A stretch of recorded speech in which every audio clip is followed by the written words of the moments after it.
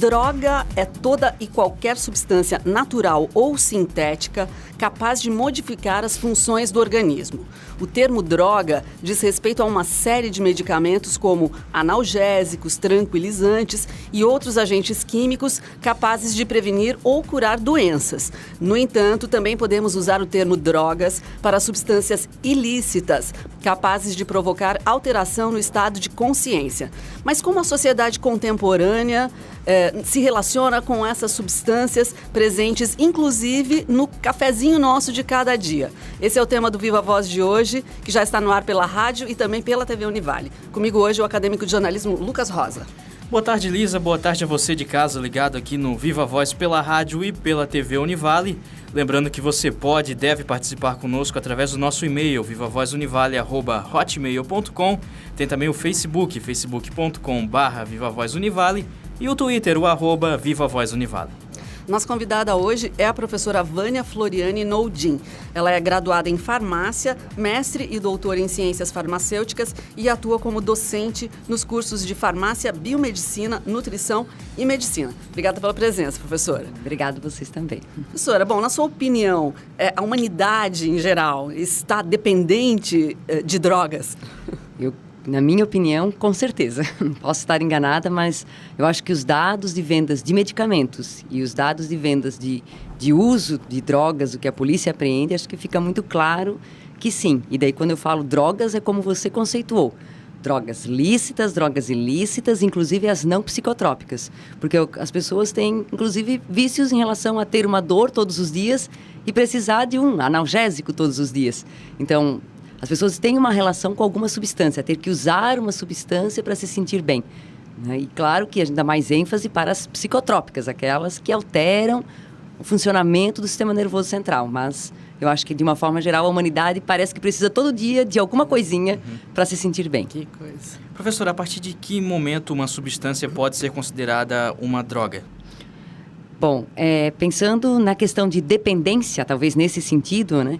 Quando alguém não consegue mais realizar alguma coisa, alguma atividade normal, sem precisar usar uma determinada substância. E daí é que entram as lícitas e as ilícitas. Então, alguém que não acha que não é mais capaz de dormir, né? Se não usar o medicamento para... Então, a partir daquele momento que ela criou uma relação de estabelecer que a droga é necessária para a sua atividade normal, a gente entende que tem uma dependência. Né? Nesse sentido. Porque a palavra droga em si, só considerar o que é droga ou não, é muito geral, claro, né, para nós da área da saúde. Então, nós tentamos relacionar sempre isso com a dependência física e psíquica, principalmente, né? Que é a relação de confiança que eu estabeleço naquela droga. Porque é isso que a gente vê principalmente com medicamentos para dormir. Né? Claro, muda fisiologicamente, mas alguns acreditam que o sono só é possível se usar a substância. Olha só.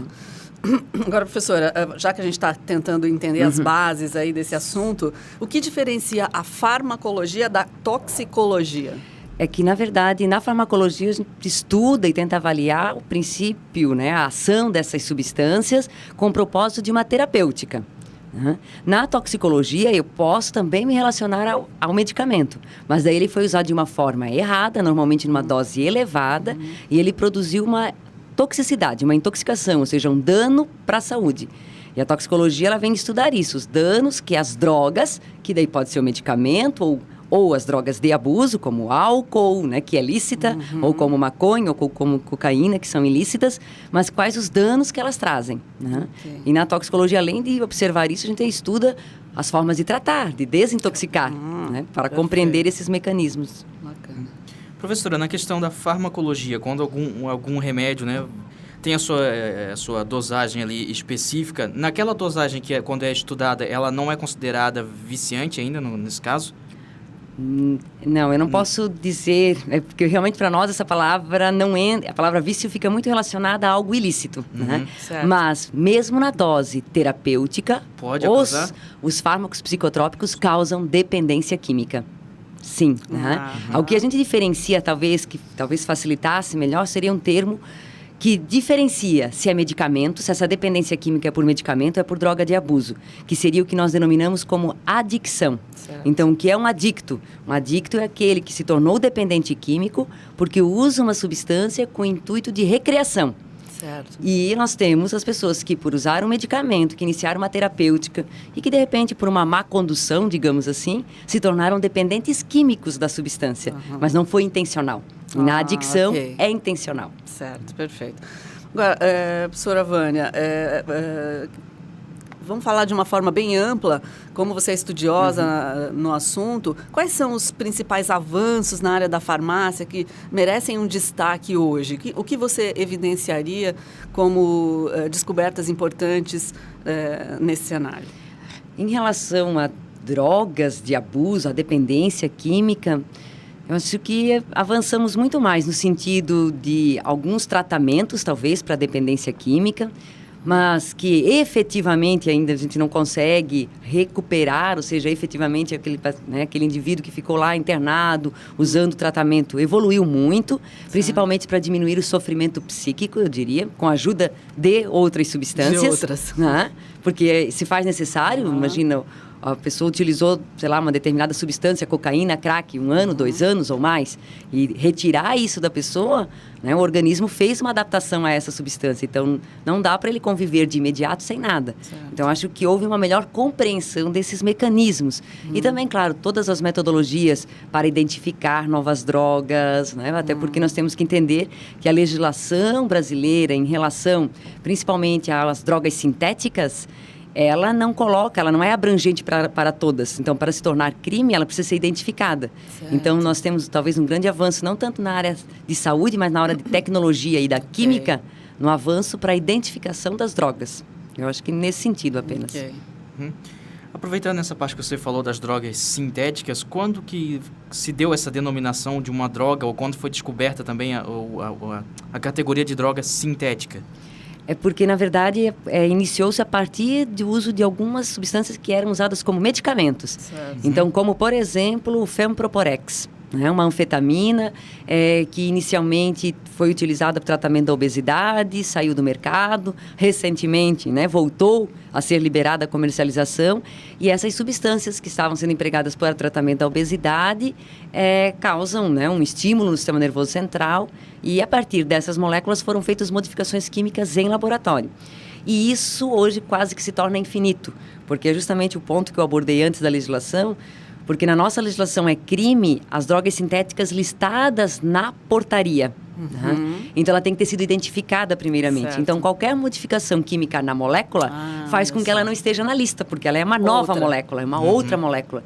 Então, é o campo que mais cresce de drogas. Que loucura. Em função de que ganha-se muito, são drogas caras também. Pois né? tem como citar alguma? Qual seria uma Sim. nova droga que talvez ainda nem esteja listada, então? É que recente, a gente teve uma atualização um pouco recente, então nós temos várias drogas Certo. novas que estão, se volta e meia, citadas na internet, mas por nomes populares. Por então, exemplo? quimicamente, nós não temos nenhuma específica que foi aprendida no Brasil, mas talvez a que mais circula no Facebook, que aterroriza as pessoas, seria aquela que eles denominam de crocodile, né? Que é um derivado sintético para imitar a ação da heroína. Que para o Brasil, talvez já vale também a gente destacar, não é uma droga importante. Né? Ela foi muito citada fora do Brasil, e aqui tem normalmente uma propaganda meio que de terrorismo dela no Facebook, que é onde normalmente os jovens mais consultam, mas não é a nossa droga mais presente, porque ela imita a ação da heroína. E os latino-americanos, eles gostam de drogas excitatórias. Então, eles gostam mais de derivados de êxtase. Né? Então, todos os derivados de êxtase. E daí, dessas, as mais novas, elas estão com códigos muito sutis, tá? Como, por exemplo, 2CB, CB17. Então, elas estão com siglas, em função de que o nome químico realmente é muito difícil. Entendi.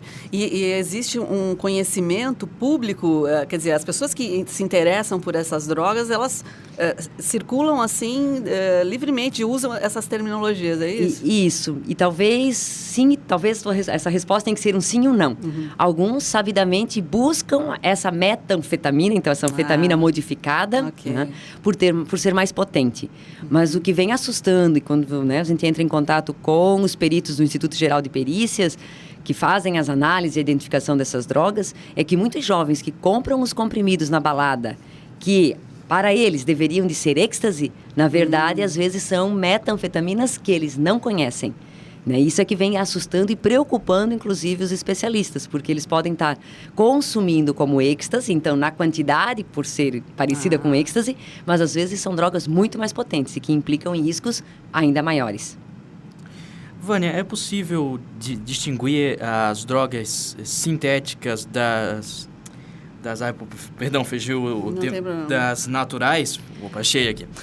Das naturais no corpo humano, a forma que elas atuam no corpo humano, depois dá para identificar suas diferenças? Não nesse sentido. A gente identifica, na verdade, pela ação que elas produzem no corpo, mas não em si, quando se, por exemplo, a partir do sangue, né, de um indivíduo. Então, a gente pesquisa moléculas, então, né, existem testes imunoquímicos específicos eu vou dar um exemplo talvez mais claro. Um pai deseja saber se o filho... Hoje tem muito disso que se vê na internet.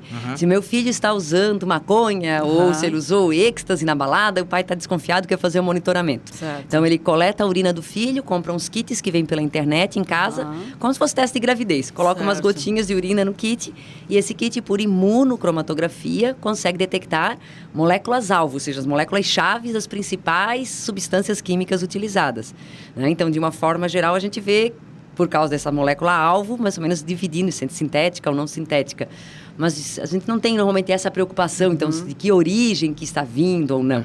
E também isso não impacta tanto na questão do impacto no organismo mesmo, né? Isso, ou sim. É a ação que impacta, né? Então, se é uma droga excitatória, então, é cocaína, então qual foi a dose que utilizou e que excitou? Ou foi uma metanfetamina como essas que nós falamos? Então ele usou uma metanfetamina e o quanto isso excitou o sistema nervoso central.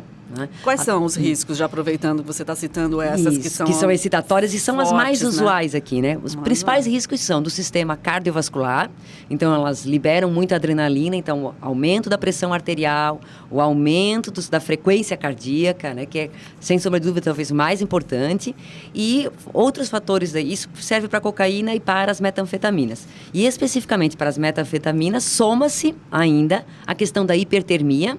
E daí, por isso, esse jovem, isso sempre foi muito conhecido, né? Esse jovem bebe muita água na balada. E então, por causa da hipertermia, então a elevação da temperatura corpórea, ele se hidrata de uma forma exagerada e ele desenvolve um risco, pelo menos, de um quadro muito perigoso, tá? De um problema no sistema nervoso central por hipervolemia.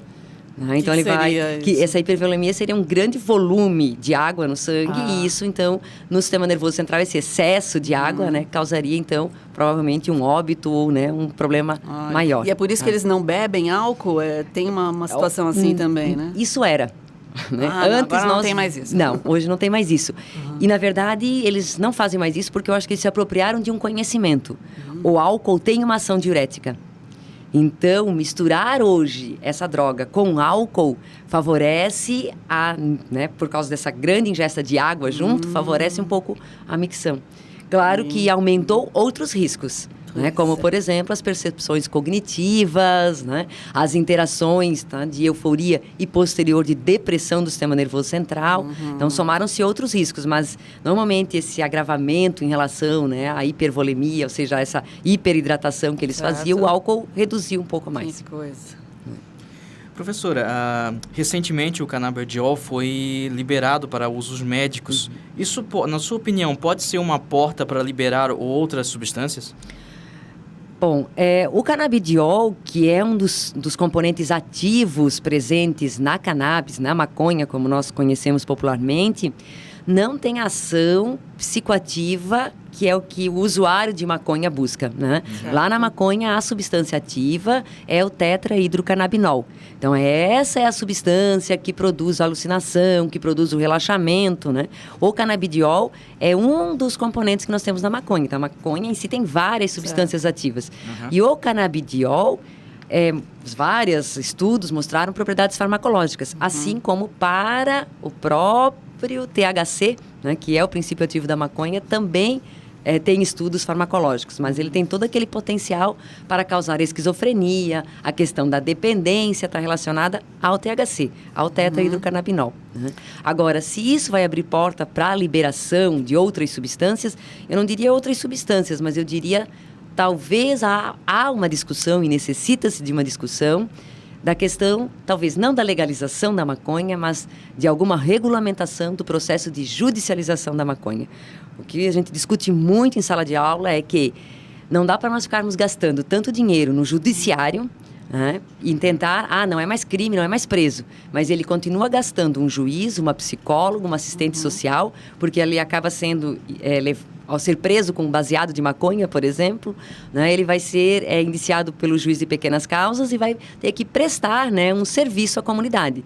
Mas daí isso tudo gasta muito dinheiro. Enorme. Né? Então, alguma coisa, com certeza, o Brasil vai ter que regulamentar nesse sentido. Então, eu acho que não realmente há uma substância, mas há um conjunto aí de normas, talvez, que vão ser revistas.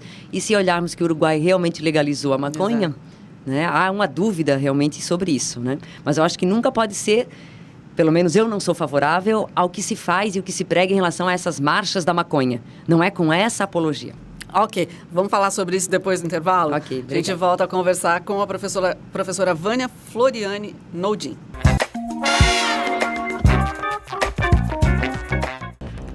Hoje o tema aqui são as drogas. Nós estamos conversando com uma professora que é doutora em ciências farmacêuticas, Vânia Floriani Noldin. Muito bem. Professora, como que você se interessou e você chegou também, né, nessa área de farmácia? Na verdade, eu sou professora de farmacologia e toxicologia nos cursos, né, que citamos anteriormente, mas quando eu ingressei aqui na Univale, na verdade, eu já ingressei junto com outros colegas num projeto que hoje se chama Projeto Escolhas, que é um projeto que trabalha com a prevenção de drogas, na verdade, com formação sobre a prevenção de drogas. Então, neste momento, nós estamos atuando junto com a Central de Penas e Medidas Alternativas, né, que é do estado de Santa Catarina, só que aqui na sede aqui de Itajaí, e nós realizamos formações nas quartas-feiras à noite, sempre com pais e professores de escolas do ensino fundamental, principalmente as séries iniciais, no intuito de formar e informar esses pais sobre, né, como as drogas atuam, como elas causam dependência química, como se gera esse processo. E justamente talvez porque nós fazemos uma abordagem um pouquinho diferente, talvez, do que normalmente a gente observa em outros setores. Nós trabalhamos não com a ideia inicial de a droga é sempre ruim. Né? Então, a nossa ideia de formar esses pais, esses professores, é no sentido de esclarecer que realmente se a droga fosse ruim, já desde o primeiro dia, nunca ninguém repetiria o uso. Verdade. Então, o que a gente tenta mostrar nessa formação é o que acontece, então, que realmente no início ela tem um efeito que parece bom e que a pessoa se sente bem com a droga e que evolução que acontece para causar a dependência e daí sim os danos que seguem. Então esse projeto, ele normalmente vem, né, desenvolvendo com os pais também o esclarecimento sobre as novas drogas. Certo. E daí eu gostaria de contar uma, se vocês têm interesse. Com certeza. Então uma droga que normalmente que os pais se surpreendem muito, né, e que tem um pouco a ver com o que a gente conversou antes, é a maconha sintética. Então, o que é essa maconha sintética? Ela é vendida num sachê que parece um preservativo. Ele é colorido, vende-se pela internet como um aromatizante. Gente. E, na verdade, tem somente o princípio ativo da maconha, o THC, né, misturado a várias ervas medicinais. E que daí eles fumam utilizando aqueles dispositivos como narguile, por exemplo, né? A pessoa não fica com o cheiro da maconha, então aquele cheiro tradicional que seria um indicativo para o pai, nossa, meu filho está usando maconha. Hoje isso talvez não seja mais verdade. Né? Só que, claro, é uma droga de alto custo, então ainda o que nós estamos observando é que ela ainda está com pessoas de poder aquisitivo maior. Né? Então nós já tivemos apreensões na nossa região, por exemplo, aqui na Praia Brava, em Itajaí. Que coisa. Então, como chama isso? Eles têm um nome popular dessa droga, não? Na verdade, são as Spice. Né? Então, são os vários tipos de Spice. Spice Gold, né? Então, eles colocam como Gold, Diamond, ouro, diamante, prata.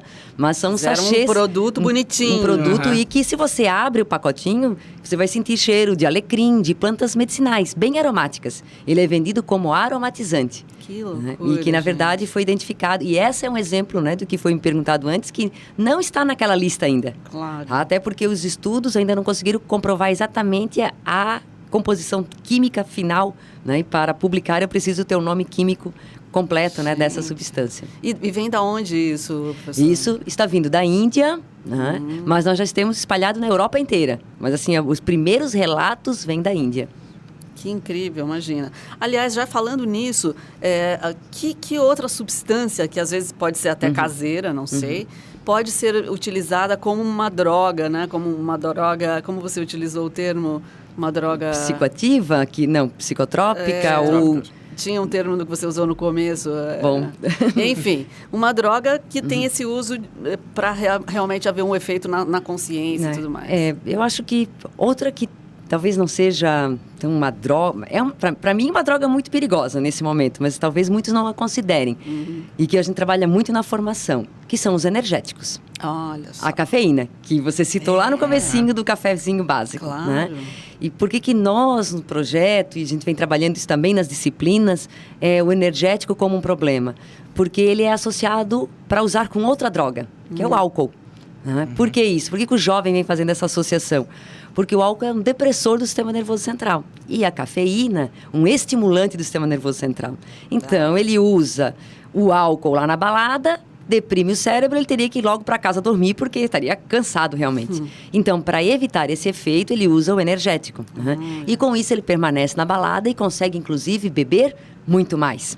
Então, eu não diria que teria uma droga de casa, propriamente dita. Mas, ao mesmo tempo, ela é uma droga que me chama a atenção, que ela entrou até nas famílias. Nas festas de famílias tem sido, né, anunciado como normal colocar energético. Então, qual que é o intuito do energético ali? É beber mais. Então, nós estamos concordando, né, que queremos usar mais essa substância. Ok. Então, acho que mais nesse sentido de reflexão de uma substância que a mídia colocou como normal, né, e que não é tão normal assim. Ok. Eu queria pegar um ponto ao contrário agora. Já teve algum produto que foi considerado por um tempo droga e hoje é bem aceito? Nossa, acho que não sei te responder nesse momento, mas assim... nós temos o inverso, né? Por exemplo, o LSD, tá? E algumas anfetaminas, mas o LSD, e que em alguns países estão lutando novamente, né, para tentar fazer com que essas substâncias que eram medicamentos se tornaram como drogas ilícitas, porque durante o processo de uso dessas substâncias enquanto medicamentos causou uma dependência imensa, e daí viu-se que tratava-se de grandes problemas e elas foram, né, daí então norteadas e colocadas na legislação como proibidas. Na verdade, a cocaína já foi medicamento como anestésico local, a heroína como um analgésico potente, né, e que a dependência que elas causavam era tão intensa que o inverso, né? Que é o que eu consigo me lembrar, assim, que é mais típico, é mais clássico, né? Agora, professora Vânia, uma droga que invadiu o Brasil é o crack, né? É uma droga bem preocupante e a gente vê na televisão situações super deprimentes de pessoas que estão envolvidas com essa droga, né? Por que isso aconteceu? Por que essa invasão do crack no Brasil? Isso, na verdade, porque, como eu falei, o continente latino-americano, ou até não só o latino-americano, o continente americano, porque os Estados Unidos também é o mesmo perfil, essa população gosta de substâncias estimulantes. E é a cocaína o exemplo, né? Só que a cocaína purificada é muito cara. Então, o que os traficantes conseguiram fazer é preparar a cocaína de uma forma mais barata. Né? E a forma barata dela é a pasta de crack. Então, e o que muda quando se usa cocaína ou pasta de crack? É o que nós chamamos, dentro da toxicologia, de potencial reforçador. O crack, ele atinge o sistema nervoso central numa velocidade impressionante, de 10 segundos. Uau. Então, quando se fuma uma pedra de crack, em 10 segundos a molécula de cocaína está no cérebro, estimulando, né? E esse estímulo muito intenso, que gera primeiramente um prazer, né? Também gera um potencial para dependência. E o crack, ele é uma droga que engana, porque é R$8, R$10 a pedrinha, só que o usuário, uma pedrinha que em 10 segundos inicia o seu efeito e em 15 minutos termina o efeito, o dia tem 24 horas, né? Uma pedra não vai dar. Então, R$10, mas na verdade ele precisa, um usuário crônico, de 25, 30 pedras. Então, isso no final das contas dá R$200 a R$300. Então, é realmente a droga que hoje barato, é o né? falso barato e é uma droga que tem um potencial para induzir dependência muito rápida. Né? Então, acho que por isso se tornou esse fenômeno de, literalmente, como você disse, uma degradação humana e social. Né? Professora, na sua opinião, como é que está no Brasil o tratamento para dependentes químicos? E, se quiser complementar também, o que tu acha, o que poderia ser feito para melhorar isso?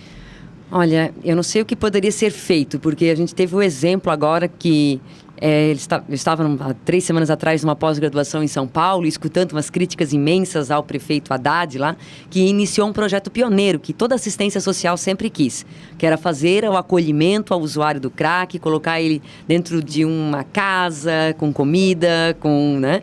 E que as reportagens estão mostrando que essas pessoas realmente, por mais que façam o tratamento e que vocês tanto escutam, ficou limpo, né? Só que existem várias relações que são criadas com a droga, tá? Então, as relações de prazer, as relações sociais, né? E que você tira a droga, ele fica limpo, mas quando ele volta para aquele contexto, as relações estão lá. Então, é muito difícil dele conseguir, né? Então, em termos de tratamento, realmente fica muito, né? Muito na questão do medicamento e as terapias cognitivas, né? Que o pessoal da psicologia trabalha muito bem, mas que, efetivamente, tudo que eu tenho visto que dá certo é quando a pessoa está disposta a mudar de vida. Então, os únicos exemplos que eu sempre tenho a dizer é que quem era usuário de crack e hoje não usa mais, ele também não é mais o mesmo. Ele não tem mais aqueles amigos, ou ele agora é um pastor, ou ele agora é um membro de alguma igreja, alguma coisa totalmente diferente. Ele não tem mais as mesmas relações, nenhuma daquelas relações sociais. Eles não bebem mais de forma alguma, né? Porque normalmente muitos relatam isso, se eu colocar um gole de cerveja na minha boca, eu vou ter que correr para fumar uma pedra de crack. Nossa. Porque ele cria as relações de uso entre as drogas, né? E daí desse exemplo de São Paulo, o que se tentou fazer foi isso, a internação, né? Colocar num outro meio, né? E ainda assim não dá certo. Até porque muitos também, nós temos que colocar que o problema social é muito grave, porque usaram crack desde muito cedo. Então eles não fizeram uma formação. Então como que eles vão se inserir no meio de trabalho posteriormente? Não tem como. E por isso que eu acho que eu te responderia melhor essa pergunta, não o tratamento, que é a ideia do nosso projeto. Acho que tem que tentar trabalhar a prevenção. Eu não vejo que o tratamento esteja sendo resolutivo. Então acho que o foco é educação e prevenção. Acho que com essas palavras a gente fecha essa entrevista. Fica aí o recado aí da professora Vânia Floriani Noldin, professora que é doutora em Ciências Farmacêuticas, atua aqui nos cursos da Univale, Farmácia, Biomedicina, Nutrição, Medicina. Obrigada, professora. Okay, obrigada a oportunidade também. Isso aí, né, Lucas? É isso aí, lembrando que você segue aqui pela rádio acompanhando o Unirepórter e na TV vem a programação do canal Futura. Esse foi mais um Viva Voz, suas ideias em alto e bom som.